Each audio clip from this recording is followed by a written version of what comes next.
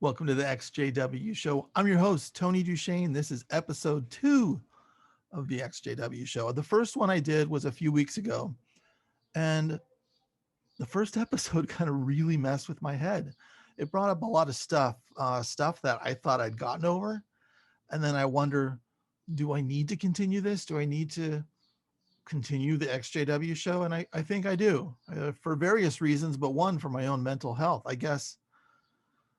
Yeah, the ExJW Show just might possibly be my navel gazing experience as a Jehovah's Witness. And hey, I deserve some navel gazing because writing the book and the film Confessions of a Teenage Jesus Jerk, please buy the book so I can finally get a second printing from the publisher and put a film tie-in cover on there. Hey, ex-Jehovah's Witnesses, stop telling me you lent out the book to 5 of your friends. You really have to buy the book. All right. So after more than a decade of making sure a great story got out into the ether, into the mythology of film and narrative with Confessions of a Teenage Jesus Jerk, I now get the navel gaze. And some people, well, and they're, I told that guy to ride his motorcycle by when I was doing this podcast. I was like, they'll hear you. They'll know who you are. As far as Confessions of a Teenage Jesus Jerk, some people get frustrated with the ending of the book and the film, and it's usually ex-Jehovah's Witnesses. They're like, you didn't show him leaving the JWs. Does he get out? For those of you watching on YouTube, you're looking at the end of the film right now, right here. He's podcasting about leaving the Jehovah's Witnesses and telling you that it still kind of sucks balls. But it doesn't suck as much balls as staying in the Jehovah's Witnesses. So yes, episode 1 of the ExJW Show just spiraled me kind of in a bad place. I dreamt a lot about dead friends, some from suicide, others just dead, who were in the JWs. And I thought about friends, even some ex-JWs who distanced themselves from me really fast when my book came out. And that's a weird one. When someone has left the JWs, and when, like, if you've left the JWs, when you've done something like write a book or a film, it's much more egregious than going out on a killing spree or knowingly having AIDS and having unprotected sex all over town. Those things in the Jehovah's Witness belief system, you can come back from. You can keep your toe in the belief of the JWs. So just in case they're right, you can swoop back in, ask for repentance. You'll get disfellowshipped. You'll do your time being shunned and attend every meeting and finally be welcomed back into the flock and be a success story as far as they're concerned. Write a book published by a worldly press, write a film directed and acted by worldly people about the Jehovah's Witnesses. There's no coming back from that. That's the stamp on the Jehovah's Witness passport that never lets you back in. It's, oh, your visa includes speaking very publicly about the Jehovah's Witnesses without approval from the Jehovah's Witnesses. You're not in, you're out. I found out my uncle died, not my blood uncle, but my aunt's husband. And he's also the father of my cousins. I found out a few weeks after he died that he died. And I wasn't invited to the funeral, which was on Zoom. Even my cousin, who was serving time, got a release a release out of jail for the day to attend the Zoom funeral, and it kind of gutted me. My dad told me it was really nice, and how I was listed as a survived by in the end, and I'm like, what? What? You guys went to a funeral? That's family? But my aunt and my 2 cousins, they stopped talking to me when Jesus Jerk the book came out. I was never disfellowshipped, but rug pulled, no more. I'm deader than dead to Jehovah's Witnesses. They won't even disfellowship me because they know it brings too much attention. So what the JWs do, and they do it really well, is they just stop dead. So I did the first episode of the ExJW Show. And I talked to my mom about it, and I made a joke. I said, hey, can you send that episode to Inger? Inger's my aunt's name. And my mom said, be nice, in a stern voice.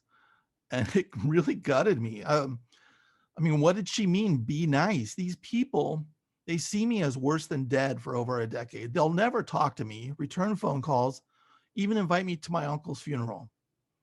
I am a non-entity to these people. So I need to have a little sense of humor for this shit turd family I'm in. Because they won't even come to my funeral if I die before them. And the reason is because of the book. That's it. The book and the film. It's not about anything else. I wrote a book and a film about the Jehovah's Witnesses with love and empathy. And it's people go, wow, you didn't say anything bad about the Jehovah's Witnesses in the book. And it was very specific for the film too. When Eric and I were in meetings, we were all about the joke does not land on Jehovah's Witnesses. The joke lands in other places. The Jehovah's Witness belief system is respected throughout. And this is actually really hard to talk about. It might even be a bad decision, I feel, but I'm still trying to find truth. Where do I line up in authenticity and truth? Because I was shoved down. It was shoved down my gullet since I was able to speak that I had the truth and no one else did. And everyone else in the world had no truth. I had truth. And still, I thought I had truth into my 20s. I was questioning, but I still thought it was truth and that there was something wrong, but Jehovah would take care of it. And then I finally woke up, as the crazy ExJWs call it. And I was gutted, shattered, whole belief system turned upside down. And then I had agoraphobia. I couldn't walk down the street without a panic attack for years. Couldn't leave the house without a panic attack. Before I checked myself into the hospital, I couldn't get out of bed without a panic attack.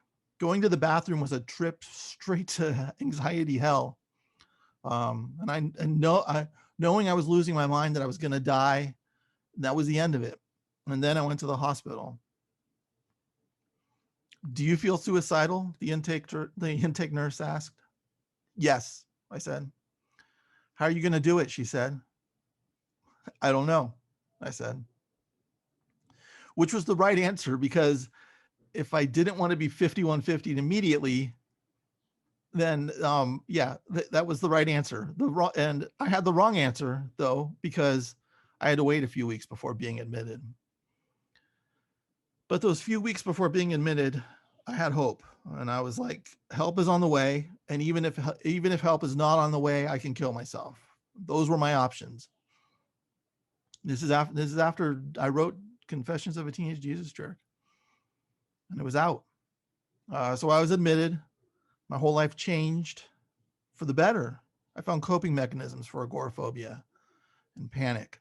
It didn't include 6 shots of Jameson, which I did for many years to even get out of the house.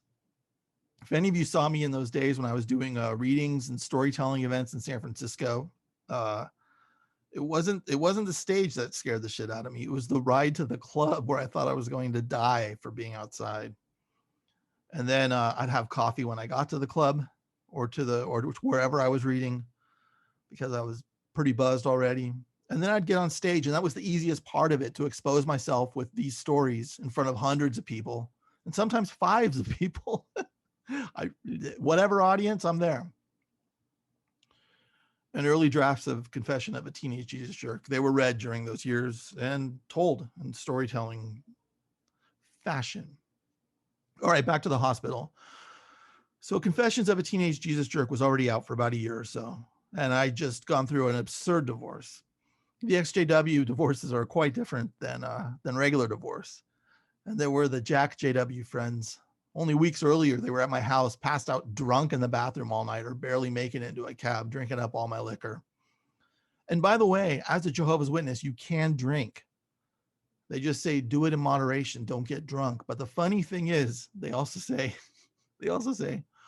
I think I got food poisoning. That's why I passed out and threw up last night.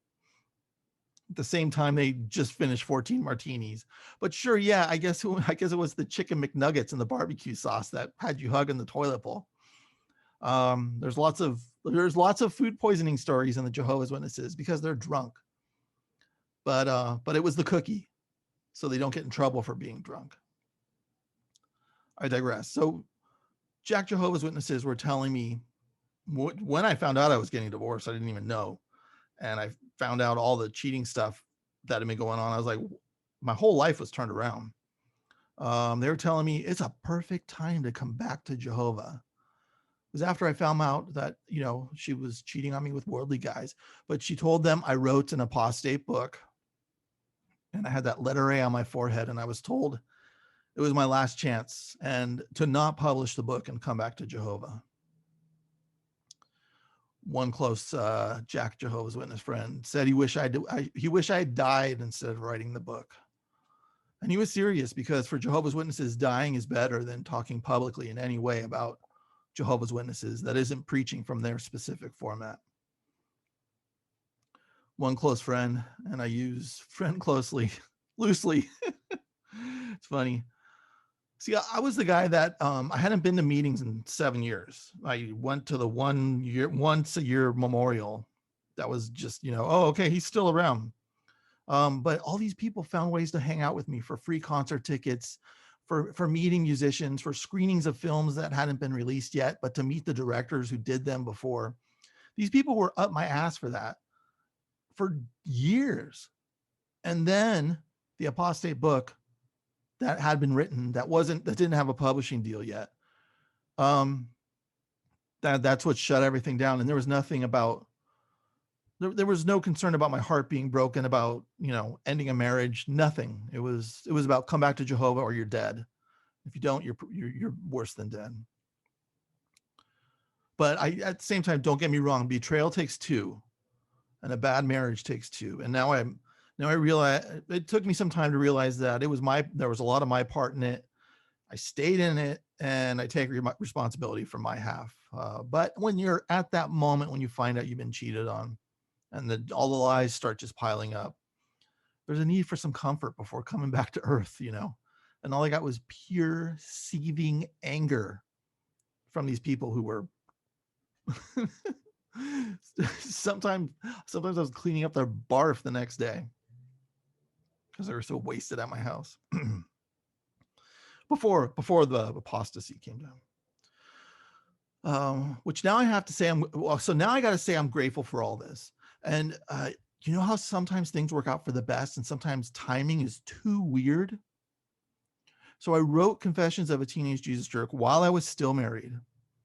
And my goal was to tell the story with empathy for the characters, with respect to the belief system, essentially write about who I was when I totally believed, and to give myself a break for believing, to kind of hold up a flag and say, hey, I used to believe you were going to die in Armageddon for being homosexual, or you were going to die for voting, or you were going to die for premarital sex, but I don't believe that anymore. And it wasn't my fault I believed it. I had empathy for myself and for others who believed. And I still have empathy for those who believe to a point. Because there's no choice. And to leave the doctrine, it tears your life apart. So timing was impeccable. So I was married for 13 years. I was a virgin 25-year-old when I got married.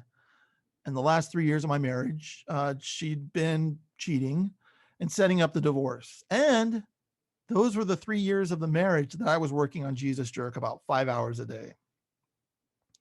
I finished the final draft of the book in April. I found out about 3 weeks later I was getting divorced and she'd been cheating on me. And I don't take that timing lightly at all. If the divorce happened anytime sooner, if I wasn't in denial on that part of my life, which was heavily connected to the Jehovah's Witnesses, I could never have written anything from that with that much empathy. Well, I could have, but it probably would have taken me about 5 years after the divorce to kind of come back to it. So I lucked out in that regard. All right, fast forward. I'm in the hospital. I'm going all over the place right here. This is episode 2. We'll have more honed in episodes. Episode 1 kind of freaked me out, put me down the spiral, and now I'm just doing a unedited talk here. Let's fast forward back to the hospital. I'm in for suicide ideation. Confessions of a Teenage Jesus Jerk was out for about a year or so. It had been optioned by a film producer, the same producer who did Blue Valentine, movies like The Accountant. And I worked with him to create the TV series pitch. And we had to meet while I was in the hospital. He actually I had to actually get a day off from the hospital, pretend everything was fine to meet with him because he was flying to San Francisco to meet me. So I took my Xanax and he flew to San Francisco and we talked for a few hours. I think he mostly wanted to just know that I wasn't crazy. And I was like, I'm only in a psych ward, dude. I got time off. No worries. The day's off. Let's go. The chat was in person about how we were going to approach the TV series pitch, about writing the series Bible, and that's what they call it in Hollywood. A little ironic. And then on the way to the airport, he dropped me off at my place, and I went back to the hospital. And that's part of the journey to get Confessions of a Teenage Jesus Jerk made into a film. It didn't go with that producer, but that producer taught me a ton about how to deal with notes, how to work with other producers. So by the time it got to Eric and he came along and wanted to direct, I was ready for some of the craziness that was going to happen. I wasn't ready for other craziness, which that craziness did not come from Eric. He's a solid dude and a fantastic champion of storytelling. The film could not have landed in better hands. I just wish we had the original producer, Jamie, who was attached earlier, involved as a producer, because that guy is the bee's knees. But okay, that was a lot, but you know what? I'm going to end the episode here for now. You've listened to the ExJW Show, episode 2. I'm Tony DuShane, and I'm not editing this. It's weird to even do this. It feels really exposed. In 1999, I told my wife at the time that I wasn't a Jehovah's Witness anymore. That's kind of how I left, and she didn't believe me, but she begged me not to tell anyone, especially her family. So I didn't, and that was pretty codependent of me at the time. And being out of the Jehovah's Witnesses 21 years, though still in a Jehovah's Witness marriage for many years after that. I kind of want to talk. The reason I want to do the ExJW Show is I want to show that there's hope, that there's help, and also that, just to be brutally honest, it's there's good and bad. And this is crazy. I'm grateful for growing up a Jehovah's Witness in a weird way. Who else gets to say that they wrote a film about their life and Eric Stoltz directed it and Sasha Feldman starred as me in it? It's been like mind-blowing blessings that have come from what I've experienced. Even the pain of leaving and the continued struggle, it's way better than the struggle of staying in. If nothing happened, it's so much better to be on the other side. So many people compare it to the Matrix, have taken the red pill or the blue pill. And it is the Matrix. I mean, it really, the Jehovah's Witnesses and leaving the Jehovah's Witnesses is the Matrix. And finding out that that your life is not what it seems. All right, stay tuned and subscribe to be notified when my next episode airs. And I'm going to tackle this. I'm going to go more in depth on the subjects of agoraphobia, sex, and I had a near-death experience, and I refused blood when I was a Jehovah's Witness, and I really almost died. Ways to move on from the Jehovah's Witnesses, ways to thrive on, and ways to live lives of truth and authenticity. And this is ExJW Show, episode 2, unedited, unrehearsed, pure, unadulterated self-exposure. Thanks for listening.